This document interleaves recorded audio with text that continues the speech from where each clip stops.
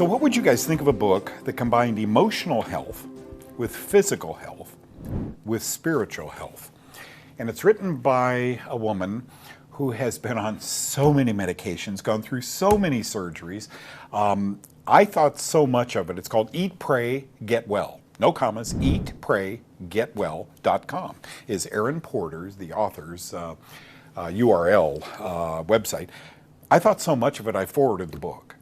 I mean, after reading, I was done with 2 chapters when I called you and said, I'll take this on. And it's a book that makes you happy and makes you sad, so you dip a little in the opening, and then you get happy, and then, oh no, she didn't do that. You're down again, and you're up. It's the yo-yo book. She's written the yo-yo book. Why was writing this book necessary? And that's everybody's life, isn't it, too? It is. The ups and the downs and how to come out the other side and still find things to be happy about. I wrote that book because, same reason I started the blog, I hoped to reach just a couple hundred people and say, you know what, I had decades of chronic health issues and I got better, and I want to just start this blog and help people. But it blew up and it became something that I never expected, and I wanted to put it into a book. People can have it in their hands, and I combined, yes, emotional health, spiritual health, and physical health, because I think you can't have one without the other, and health comes in so many forms. I had a difficult childhood. I talk about it in the book, and so emotional health, that was another area God had to heal me in.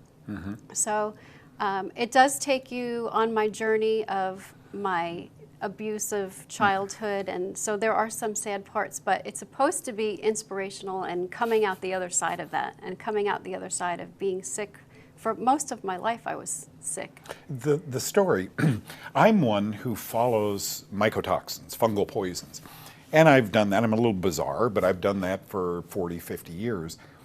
And when I began, first of all, I met you because Dr. Dennis said, you got to meet Erin. So we brought you on TV here, 3 years ago? Yep. And you told your story of how nobody could fix these sinuses, 4 sinus surgeries. Then a doctor looked and said, wow, you got a lot of fungus. She went and met with Dr. Dennis, he's in Atlanta, totally into fungus. And he and other doctors really pulled you back together. So this was a story of being exposed to mold as a little girl, 6 years old, moving out on your own because you couldn't live at home anymore at 19. And what does she move into? But a home that's just riddled with mold. And then symptoms came on. And of course you had the symptoms here, but all over your body. Yeah. Do you think those, we're talking about mononucleosis, we're talking about an immune system that's down, we're talking about depression, we're talking about, brain symptoms. Do you think those are all somehow intertwined with mold? Oh, absolutely. When I came down with the first sinus infection at 19, and they put me on antibiotics, and after a year I was still on them. Well, after that year of being on constant antibiotics, and I was only in that apartment for 9 months, by the way, before it completely took my health down. Yep. But after a year of antibiotics, all of a sudden I realized I was standing at the bus waiting to take me into Manhattan. I could barely stand. I had no energy. And back then, chronic fatigue wasn't even really something people talked about. So as a teenager, here I have chronic fatigue and then fibromyalgia. Then I noticed my heart was skipping beats, and so I was running to cardiologists at lunchtime and ENTs, and I had restless leg, and I had my reflux. I couldn't keep any food down, could not keep food down.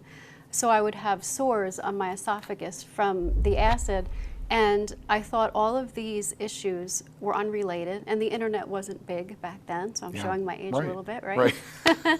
So I didn't have anybody to rely on except for these doctors.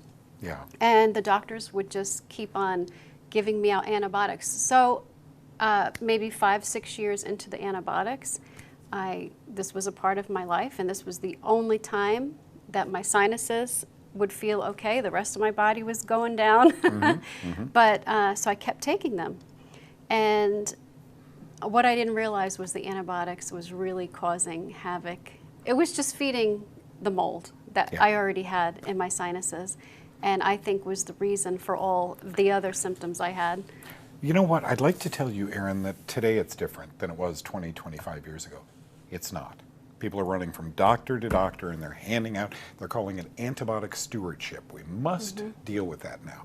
I'm sorry you had to go through this. I'm so thrilled you wrote the book, Eat, Pray, Get Well, by my wonderful friend, Erin Porter. Thank you for coming. Thank you. Thanks for having me.